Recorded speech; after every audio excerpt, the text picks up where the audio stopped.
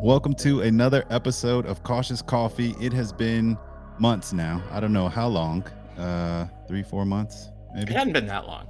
No, Really? it's been like 2 months. I think the last episode that we recorded was prior to my trip to Greece. Okay.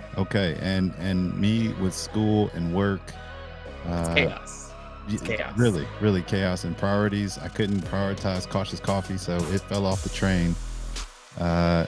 It was back on the track and it finally caught up, and we're able to record another episode to get ready to finish out season 1 as promised. We're not going anywhere. What about you, Austin? What happened?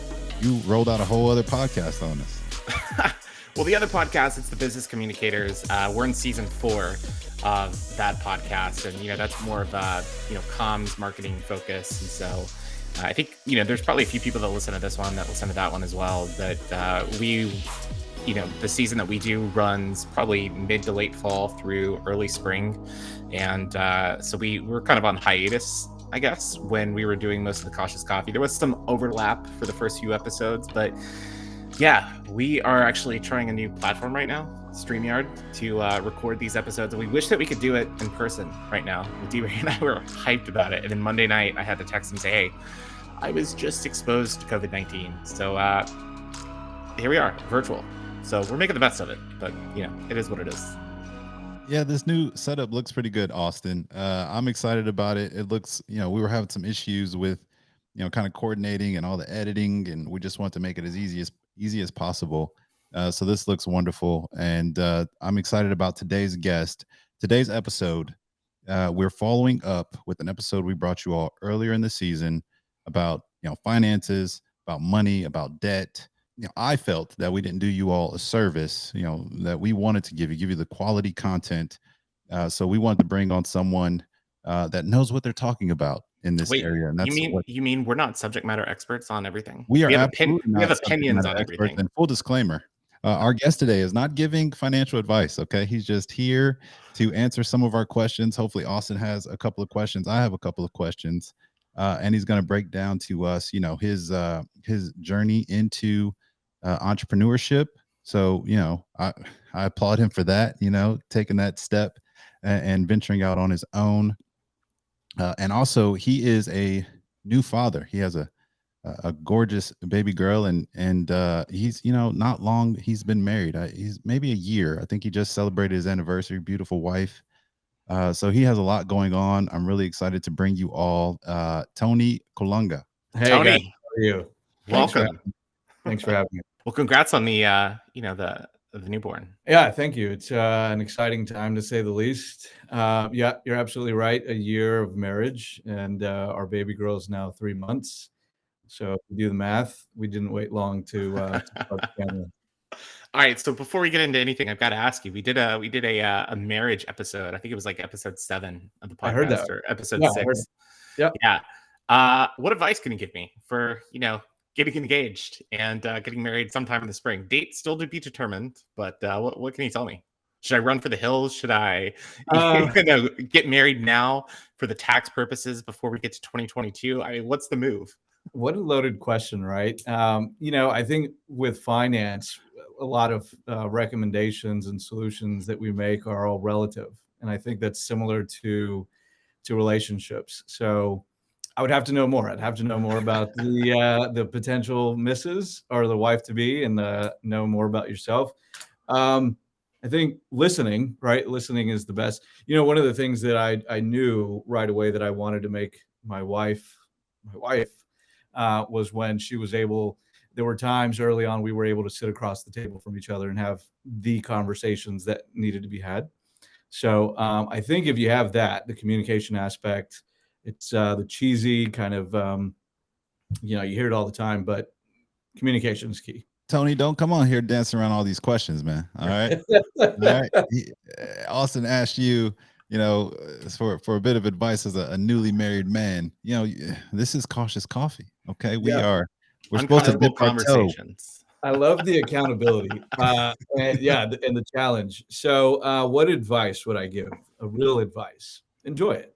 right? Enjoy all the ups and downs.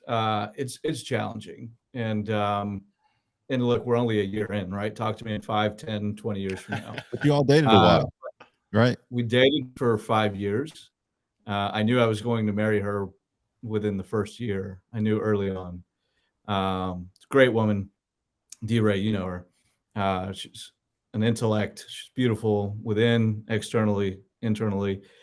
She's just a great person and empowers me, right? And I think for me, that's the key, is that's the type of partner I want to give myself to, and the type of partner that's going to reciprocate.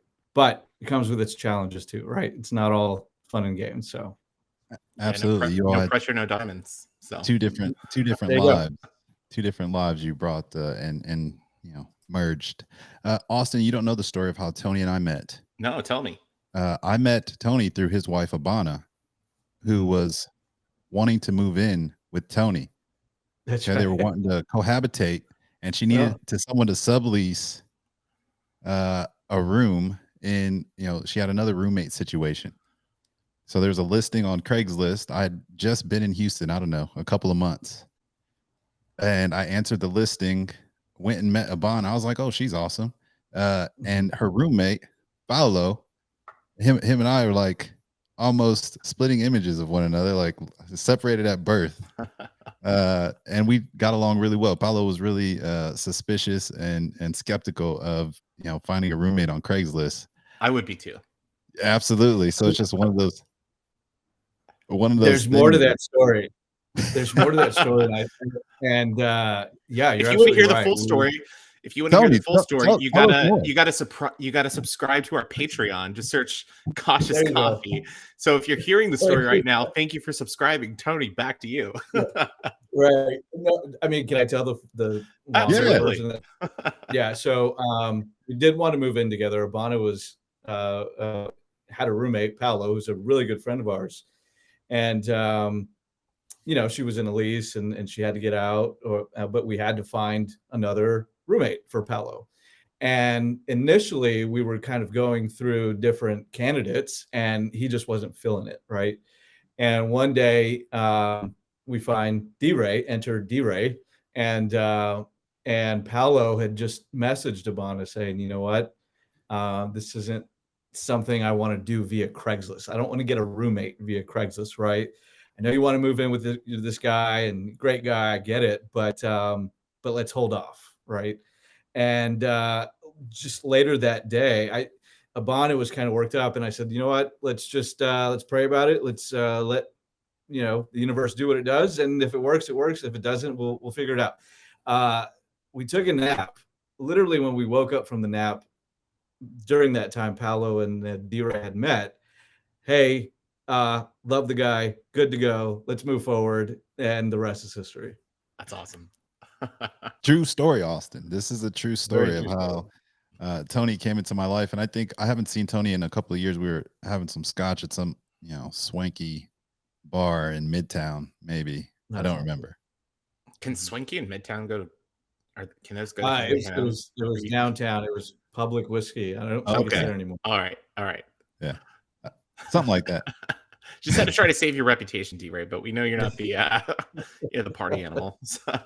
Yeah, no idea where we were, but it was a good time. So back to topic. Tony is the recent founder, One Oak Wealth Management.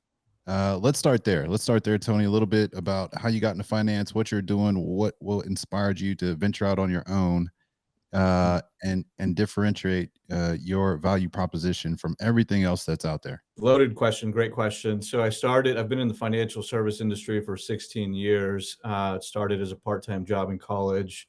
I'm a finance major. I worked at the bank as customer service, and the idea was just, I needed money working through college. And I decided that I liked the field, right? One of the things that being in the financial service industry has allowed me to do is meet people. And I'm a firm believer in stories. Everyone has a story. And so as time progressed, I was climbing the corporate ladder, and I hit a snag, and there was a ceiling that I just couldn't break through. And so I decided, after 16 years of serving through various roles that I wanted to build my own company. And the company is One Oak Wealth Management. So we're a comprehensive financial solutions firm. We lead with comprehensive financial planning, specialize in planning, investments, insurance. So that's in a nutshell how I formed One Oak. How's that building going? Went out on your own, all right? No safety net. You and Abana, all right? First, you had to get permission from the wife. I had to, yeah, you certainly do. So this is going back to what's my best advice? Ask the missus. Run everything through the missus, right? So, interesting story. Abana and I pulled out the whiteboard. I had a really good offer at the time. It was 2019. I had a really good offer from another firm in town, and it was ideal. The pay was good. The territories were good. Everything was good. And it was a great opportunity. But I thought, if we're going to grow a family, if we're going to get married, this is a good opportunity to venture out on my own to see. The last thing I want is, what if? I don't want to look back and think, what if I would have done this? Or, what would life have been if I, tried, right? Or if I didn't try.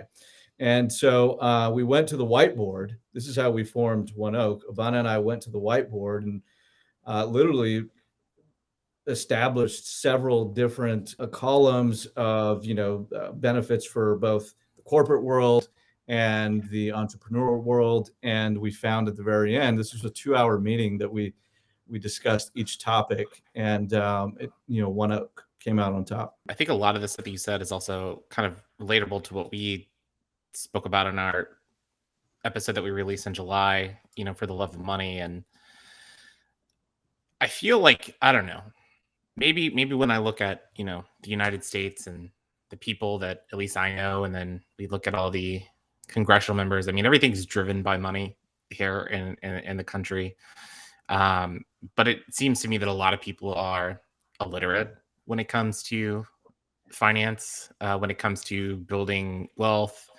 There's a lot of misinformation out there. And then you throw that in with the whole, cryptocurrency now and Ethereum networks and things of that nature. And it just seems like, I don't know, maybe it's setting apart, that the haves and have-nots. So I guess my question to you is, what can Americans do, to become more literate financially, to ensure that they set themselves and their families and their businesses up for that, long-term success? We're in an age where knowledge is no longer, knowledge is openly available, right? And so it's a resource that everyone has access to these days. And I think informing yourself of kind of what is right now and understanding how money works, it's something that we all have access to. So I think first and foremost, that's the first objective that should be top of list, is informing yourself and understanding that the decisions that you make are a direct reflection of how you informed yourself, or if you didn't, right? In America and just worldwide, we no longer have that excuse, the excuse that I didn't know, or no one told me. Right. Anything that I tell you today or in the future is something that I've went out and learned. Anything that you can share with me in your respective careers is something that you've had to intentionally learn. So having the intent to go and educate yourself. DeRae, I'm going to point it on you because you have been very diligent about educating yourself. Yeah. And there's like a lot of posts that we'll share back and forth on like social media. And I imagine you probably do this, with Tony as well, like send him, DMs on Instagram. But it's wild to me to see, the amount of ignorance that we see out there. And then you're, maybe not playing by the rules, and I don't mean that like in the negative sense, but I mean like playing by the rules in the traditional sense of just having the 401k. Like you're looking to optimize your long-term future, whether it's an investment in real estate, so on and so forth. So I mean, where do you kind of fit in with what Tony just said on like or physically or mentally, right? I'm just trying to optimize myself as a human being that exists on Earth today in 2021. Tony's absolutely right? Taking personal responsibility and accountability. And what I think this is a good time for Tony to share with us are his 6 pillars, right? The kind of he has like a framework at One Oak that he uses, and I think everything works off of a framework. Whether you're in the military, hopefully whether you're in corporate America, they have some frameworks in place, so you don't have to recreate the wheel every time. That'd be cool. And Tony also has them. And I think he can add on to or kind of give people a place to start and understand where their position is and kind of go from there. Then when they need to figure out what they need to know, right? Like if you don't know what you don't know, like where do you start? Where do you start? So Yeah. Tony's framework is a great place. DeRae is a great inspiration in terms of being very consistent with his kind of yearning to optimize his life, right? That's something that I've always admired about D from the day I've met him is that there's no off days, right? Just consistency.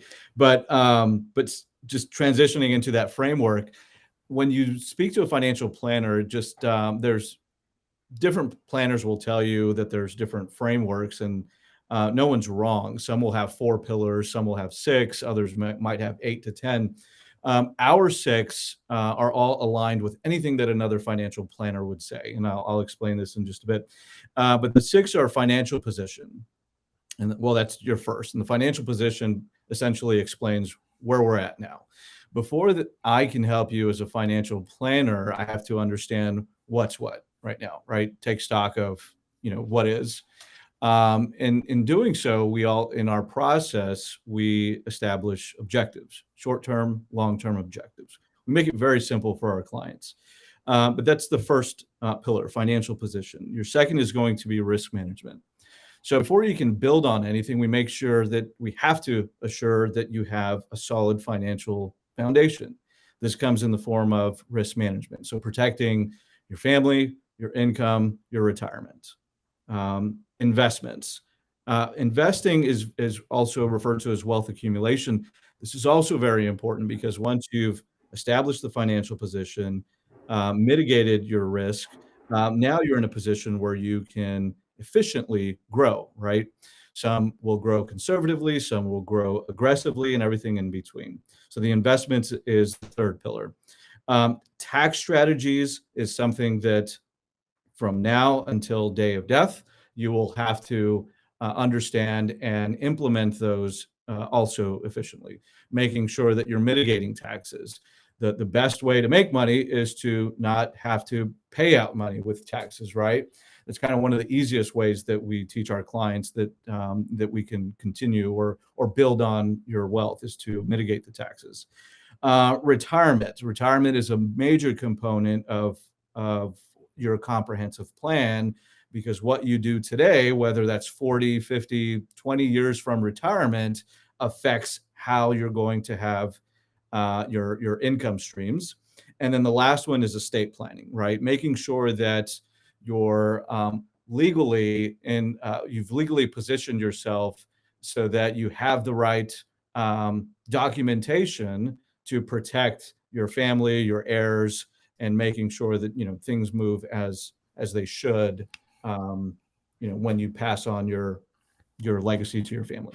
I can't stress how important that is. My step grandfather passed away earlier this year, and I know that my grandmother is having significant issues with his will, and then things not being tied up correctly, and it's a nightmare situation for her. As a banker, I dealt with this probably once a week. I would have, a lot of people don't realize many times that they're an executor of an estate.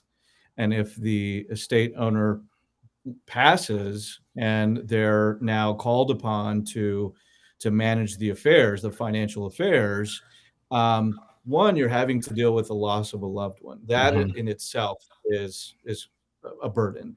And then having to go to different facilities, understand what's in place. A lot of people don't understand, the financial elements of someone else, of their life, much less someone else's life. And now they're being ordered to, make the necessary changes. So that's a burden in itself. So yeah, you're absolutely right. I've had people cry in my office. just overwhelmed, just kind of lose themselves because now they're burdened with this pressure on top of loss of a loved one. And it's, it's something that you hate to see. The lesson learned there is, set up the appropriate documents, utilize the right resources in your estate planning attorneys, and your financial advisors, your CPAs and such, and just plan, right? Planning will avoid all of this. How often do you recommend people do that? Because I think the old thought was, after you're married, you have kids, you're a little bit older, more established. That's when you set up, the will, the estate, all of that. But people, in their 20s pass away from a car accident or, an illness, and, they might have assets, and then it just becomes, I don't know, it just becomes even more difficult for the family. So like, when should people start planning for that? And I know it's kind of a dark subject for some people, but like, when should people start considering that, and how often should they update that information? Yeah, I think there's the right time is now, right? Just as with any financial planning, especially when your assets begin to grow, and you have family. If you want to remove that burden from the family, the time is now, and reassessing on an annual basis when you reassess your financial plan. So I think that's the appropriate time is now, and then at least on an annual basis. DeRae, I'm going to go ahead and put this in the record. If something happens to me in the next year, you get my podcasting and camera equipment. I like it. On record. I'll take it. I had to blow the dust off my stuff, so I don't know. I'll find something to do with it though. That's a good question. My dad is 69 years old, and I think about all the stuff that I've learned in business school, and Tony and I had a conversation about that. Going to business school, one of the best decisions I've ever made, because I got to learn how money is made, where it comes from, the magical place that it comes from, and the decisions that I would have made 10 years ago, I would have made different decisions. And my dad being 69, him and his wife own a house, and they financed it through a third party, and their interest rate is insane. It's almost double digits. Almost. That's how insane it is. And I can't even fathom, like, it blows my mind to think about that. And they bought that house, 14 years ago. And they paid down very little on the principal. They have no equity in that house, right? That so sucks. The best thing they can do is probably get out of it. But 14 years, there's sentimental value there. They've had kids that they raised there. Well, at least my dad's wife. So now I'm in a bit of a situation trying to educate them on what their options are, especially they're 68 and 69, and maybe they live another 40 years. Mm-hmm. But let's position you guys in a place where that isn't a burden. Let's start thinking about that. DeRae, props to you for trying to educate, stepping in and trying to do the right thing. No shocker there. I think this is a great opportunity, and you bring up a great point. This is where we help people understand your options and what the most optimizing, or what the most optimal option is in terms of long-term outcome, right? I deal with this all the time, and the problems come in various forms. Is in this case, they paid too much money over X amount of years. Okay, I'm a big fan of let's start today. Like, what's what, right? Let's learn from that, and then let's make the right decisions going forth. So I deal with that all the time. I had a client, this is kind of getting off topic, but I had a client recently that has been part of corporate America for 13 years. And he asked me if I could take a look at his 401k, just kind of casually take a look at it. And he had all his money in cash in a money market fund over 13 years. So you talk about 13 years of potential compounding in a moderate to aggressive fund. It had only grown, I think, like a few $1,000s, right? Jeez. And so I explained to him the target date funds, very simple, and he reallocated, and in the last 6 months he's made like $7,000. not a lot of money to most people, right? But the idea that he's foregone 13 years of compounded interest, heartbreaking. When I saw it, I didn't want to tell him, what he should have had in his balance today. But those are the stories that we hear time and time again, where it's unfortunate to say the least, and all we can do is plan for a better tomorrow, right? So, canned response, but it's reality. I will throw in this anecdote real quick. If you are working in corporate America, make sure that you find a job that has some sort of matching program, and ideally a good matching program. The company that I was at before had a good matching program for 401k. It was 7%. The company that I'm at now, it's like 1%. And so it's they might be listening right now, but I think this is this is something that we've talked about, that like the benefits and the 401k, that stuff matters. So if you're not getting that percentage or that matching percentage, try to find other ways to compensate. And again, I don't have financial advice, but well, I do. I'm not a subject matter expert. I'm just saying, contribute 10%. Just do it. See, that's hard to say, right? I know everybody's position is different. Well, I'm just what DeRae would do. When bonus time comes around, keep that same energy. Okay, keep that same 10%. I'm telling you, just let it do its thing. That's one of the challenges, right? Behavior. I mean, the underlining theme there is behavior. A lot of people won't do that, right? Yeah. I made 10% bonus. Now I get to spend 10% bonus, right?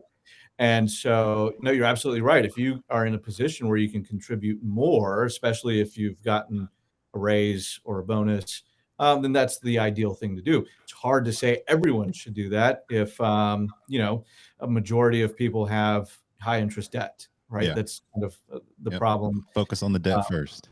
Right. So, but yeah, you're absolutely right. If you're in a position, contribute more. And then the 1% thing, Austin, you may be compensated more through other benefits, right? So it's not as easy as like the match component is higher here, so I'll go there. I'm sure there's several variables that you have to consider in determining, if the 7% or the 1%, outweighs the others. And I think it is a little bit different too when you work at a global Fortune 10 company versus a company that has 35 people. Yeah. So it's a little bit different in the the compensation side of things. But DeRae, I'm going to turn it over to you in a moment, I promise. But you talked about that 10%. One of my last shows right before COVID was up in Chicago, and I was meeting with Mike, who I think you've met before. Yeah. And he had worked with the company for I think 30 plus years. And from day one in the company, he started putting 20% of his salary into his 401k. Beautiful. Over 30 years. Dual income household right there. That's marriage. Yeah, but I mean that's incredible. And now he's, mid 50s, retired, playing golf, loving it. I mean, it's a beautiful thing. It's one of the marvels of the universe is compounding. Yeah. But if you're on the right side of it, as opposed to, where my dad is, that's a hard spot to be in. But, I was saying that, like, they didn't know any better. And, I started asking my dad, what's the interest rate on your house? Oh, how much is your mortgage payment? How much do you have left to pay on the house? And he didn't know these things, right? He's a 69-year-old man.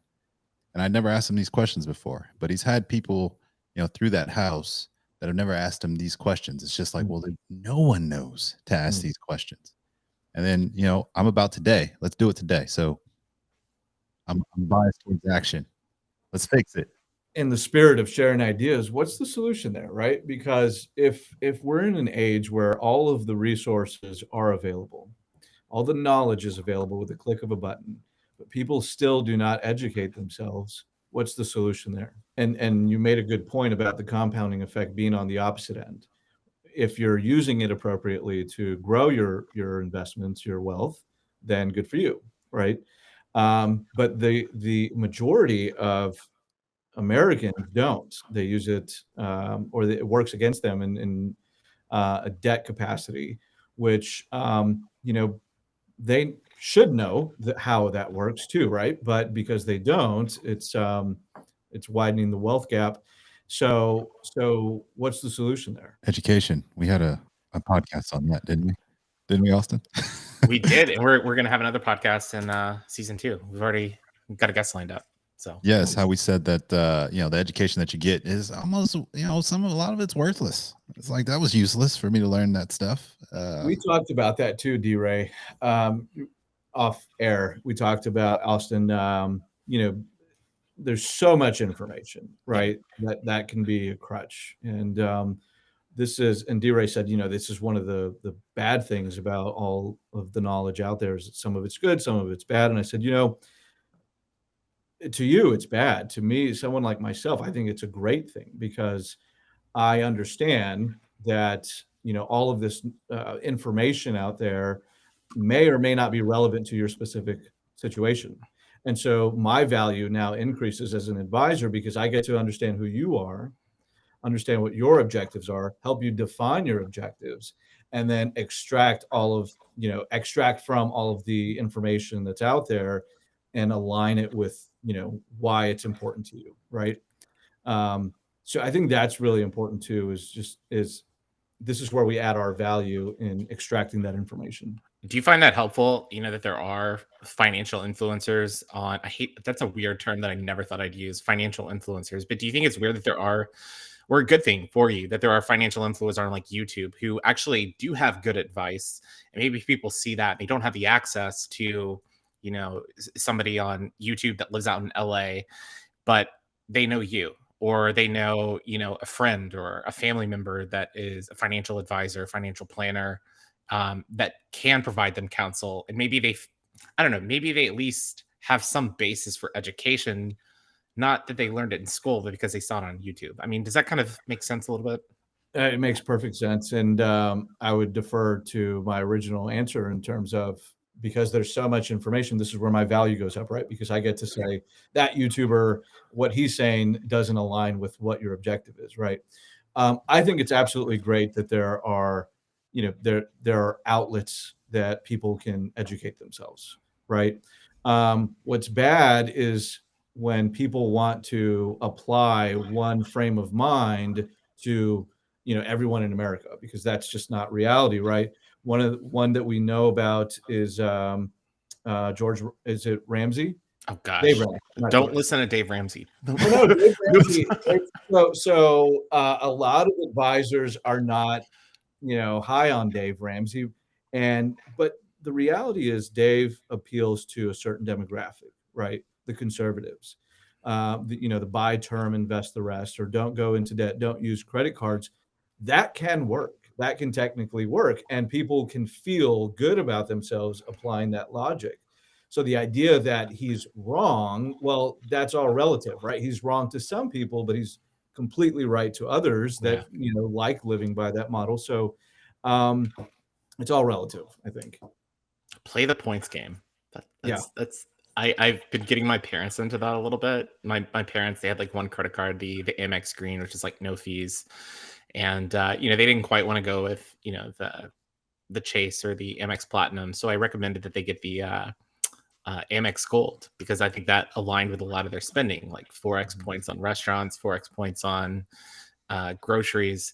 And we were at a restaurant a few months ago, and my mom pulls out the Amex Green to pay for the bill. And I was like, Mom, where's your gold card?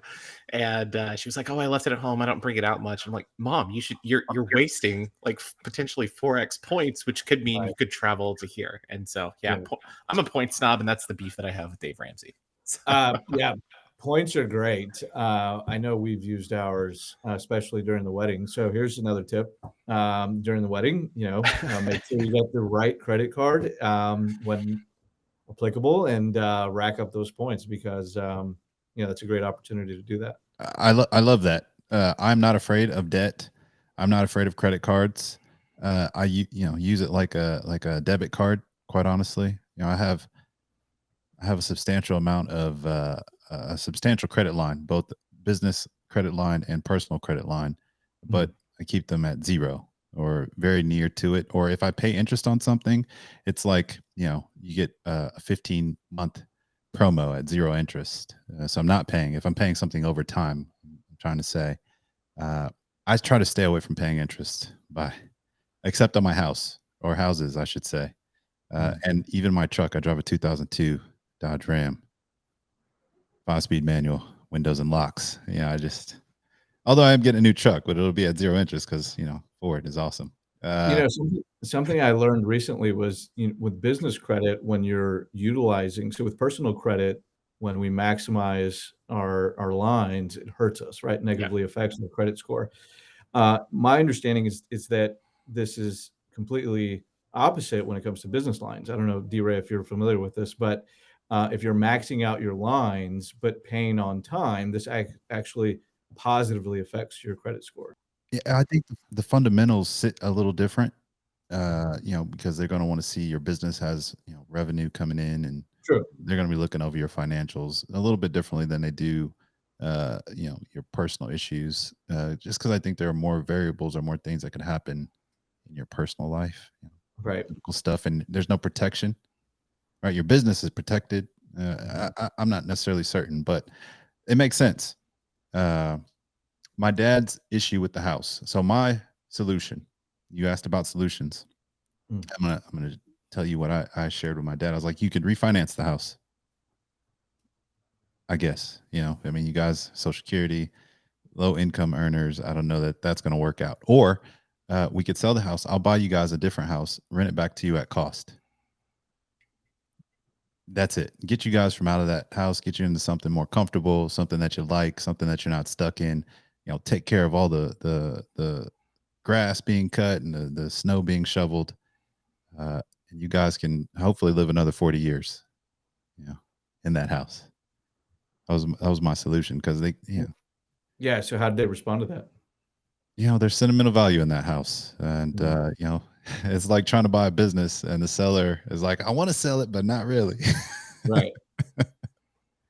Yeah, that's tough. Yeah. That's hard to navigate. I think, one of the big components of being an advisor that I learned early on was, um, what we say and how we educate our clients is very important, but even more so is the relationship that we have in understanding kind of where their behaviors Mhm. and psychology is around money, Yeah. right? Because you don't want to, sure, the right thing to do in this position may be to sell, get a cost, or get a home and rent it at cost.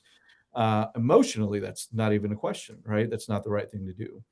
So this is a big component of understanding, or providing the right solutions to our clients, is understand, you know, how they think emotionally, what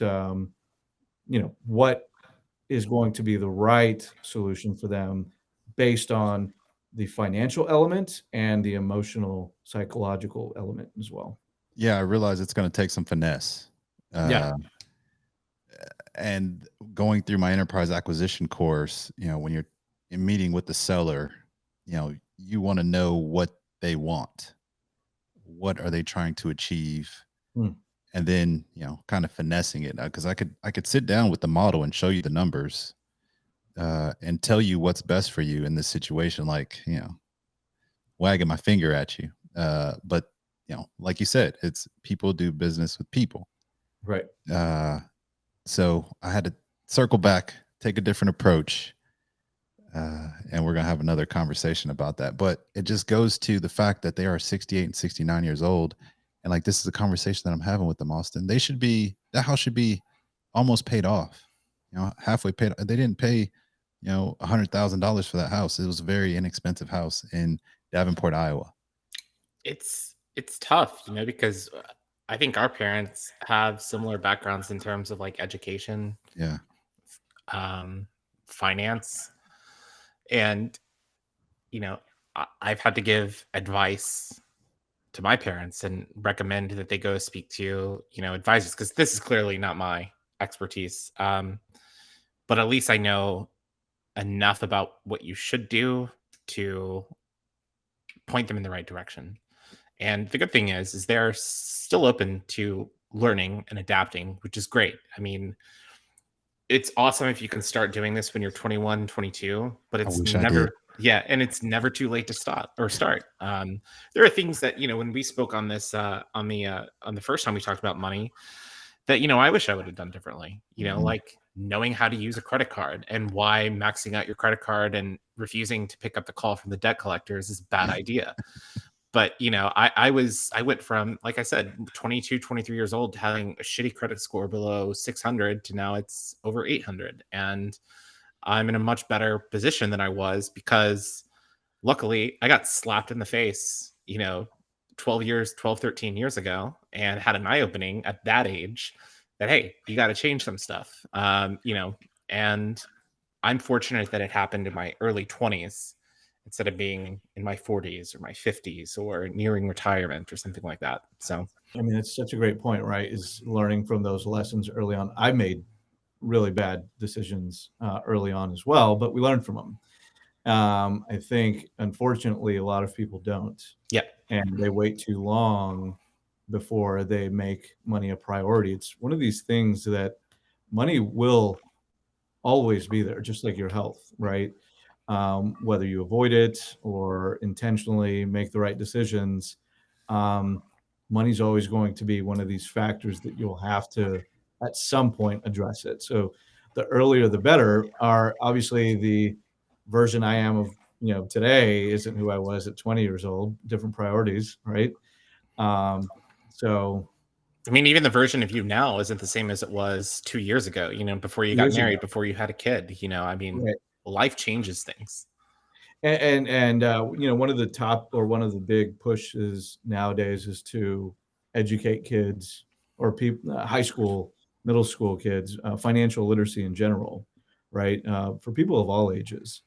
And so that's something that I think needs to change in terms of getting people more comfortable with money's a taboo, right? Money's not something we just come out and talk about. It's politics, it's religion, it's money. So I think as a society, once we progress to having these open conversations about money and the right things to do, this is going to be key in terms of more and more people making those decisions. So Tony, I've got to ask you this. You know, I've been in the crypto space for a bit, and I'm not saying that I'm like that crypto boy who has like 80% of my financial investments in like Bitcoin or Ethereum, but I've dabbled a little bit, and I think it's good to diversify. And who knows, maybe it fails, and if it does, that's fine. You know, it's not a significant portion. But in the last few weeks, I've been dabbling a little bit in Ethereum and Web3 and squatting on domain names of things that I think could blow up in the next 10 to 15 years. Am I stupid for doing that? So I'll tell you a story, and then you tell me if you're stupid. 2 years ago, a good friend of mine took out $200,000 in lines of credit. I mean, he maxed out his credit cards.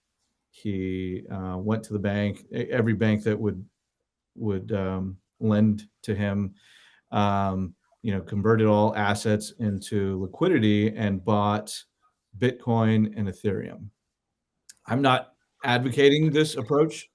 I'm not saying anyone should do this. I'm just telling a story, and I'm going somewhere with this.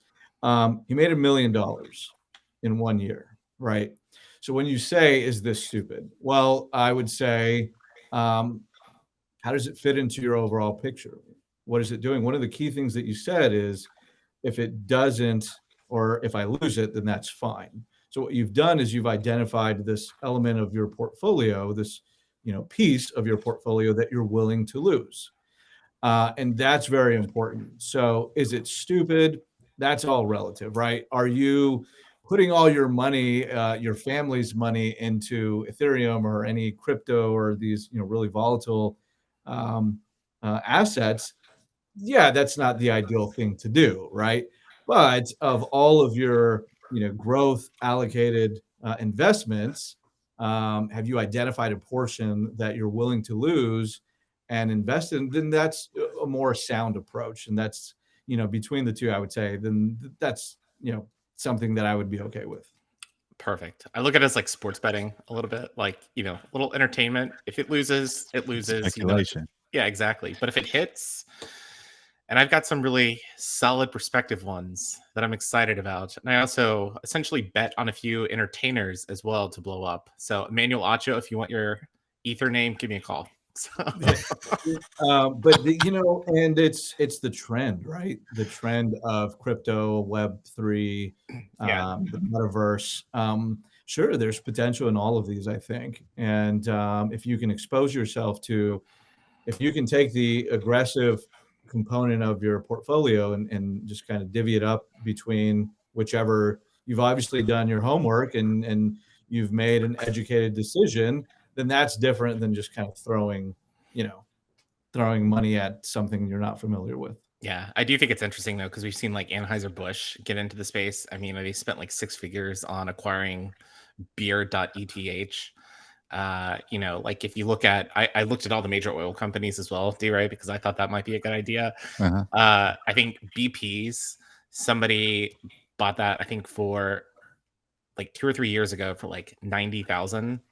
And so I imagine that'll be a sale price, but I'm gonna give a little hint right now. The domains for, I think, Exxon and Shell come available in the next few months. So we might have a bidding war for that. So. There will be winners and losers. You're going to be hard pressed to find any company these days that is not involved in the crypto space. Yeah. Right. And they've done just that. They've identified, what portion of their own portfolio as a company that they can invest aggressively. So, just as, personal financial decisions are made, a lot of times businesses make, with the same objectives, with the same thought process, why they're getting into that space. Yeah, I think that's a show. I think we did an amazing job. Tony, thank you so much for joining us from LA, interrupting your family vacation to spend some time with us here on Cautious Coffee. We hope to have you back, maybe chat about something else. Not sure what that might be, but before we get out of here, any parting words, advice, really the advice piece, Yeah. So we talked about this. We talked about kind of top 5 things that I would recommend people do in terms of whether you're comfortable or you want to become more comfortable with making financial decisions. There are a lot of things that we can do in terms of making putting ourselves in a better position financially. Top 5, I would say, and this is not in any particular order, but I would say first thing is, well, I guess this is first thing is planning, right? The top 5 mistakes. So the first one would be putting off planning. Just like any other plan in our lives, the sooner that we can plan, the better, right? So putting off planning is going to be the first one. Second would be failing to save for emergency purposes. I read an article the other day that 60% of Americans are living paycheck to paycheck. In fact, 40% that are earning over $100,000 are living paycheck to paycheck. That's a lot, right? If you think of 6-figure income, you think you're good, you're comfortable. It's not that much money. Reality, right? The third one would be positioning yourself for retirement. Too many people put off retirement until it's time to retire, and that's really not the optimal time to do that. 18% of people feel confident in retiring. That means 82% don't, right? So then what are we to do? Then we plan, right? We plan accordingly. So don't put off retirement. Number 4 would be we talked about debt. So not acquiring too much debt, knowing your budget, knowing how much you have in terms of your debt to income ratios, understanding these things and not putting yourself in that negative compounding position that DeRae talked about. And then finally, not protecting your assets, we talked about, we help you to understand and protect your family, your income, and your retirement in that order. So, too many times we see the appropriate protection policies aren't in place, which can have a big negative impact on your overall financial picture. So these are top 5, and I'd love to come on at a future date and share some more, at least anything that I can to enhance, for you all, enhance your knowledge and for your viewers. But that's it. That's all I got. I'm thinking habits. We're gonna pivot into habits and it kind of aligns with money and people's habits and how it, your habits make your life. Yeah, so. That's a whole show, and I'd love to. We'll do it in person. We'll do it in person. I would love to. Yeah, Yeah. I'll be back in a couple of weeks. So tell me. But well, Tony, it's been absolutely wonderful having you on this episode of Cautious Coffee. And if you want to follow Tony and all the work that he's doing, just scroll down in the show notes below, and we've got his contact information there. And we hope to have Tony back in a future episode. Tony, it's been great having you today. We appreciate it. Yeah, it's great to be here, guys. DeRae, that was fun. I enjoyed it. Good. I'm glad Tony's a good dude. Absolutely. Any parting words as we wrap up this episode and maybe season 1, our last episode for sure, 2021? It is. I guess it is, unless you want to do one. We could squeeze another one in. 2 episodes in 8 days. Yeah. I mean, no. I don't know if I have COVID or not. So. Yeah, I was a little concerned about you. I was wondering what what version of Austin am I going to see? The energetic Austin. I mean, I feel great. Again, tested negative today. So, and the other person that he exposed tested negative as well. So, we'll see. Yeah, it's a crapshoot. Yeah. But well, that's life. But well, it's been fun doing this podcast with you for season 1, and we've committed to doing 100 episodes. So we've still got 80 more to go, and hopefully we'll be able to do most, if not all, in person in 2022. Maybe we'll knock out a few episodes. Maybe we'll travel and go to interview people. And I've got some fun ideas a lot to talk about. There we go. It's all about making those ideas come to life, and I'm excited. I get pumped up, when I come on and we start. I get the momentum going, and now I want to keep recording. I want to go into the next episode. But this was great, and I want to finish out season 1, give the folks what we promised them, and then we'll start plotting on season 2. I would like, if we can, season 2 to do an episode in another country with a stranger. That's my goal for season 2. We'll see if we can make that happen. Very doable. Very doable. All right. Well, that's enough from DeRae and I. CautiousCoffee.com, at Cautious Coffee on all of the social media platforms if you want to follow us there. But DeRae, send us home. We are 1 episode away from finishing out season 2. We promised you 20 episodes. We're going to give you 20 episodes. If it's the last thing we do, like season 1 is not ending until we hit 20 episodes. I don't care if it's 2023. But like Austin said, follow us everywhere at Cautious Coffee on social. Go to our website, slide in our DMs, give us some good topics, some Cautious Coffee topics to kick off 2022. And we hope to hear from you all soon. Until next time. See ya.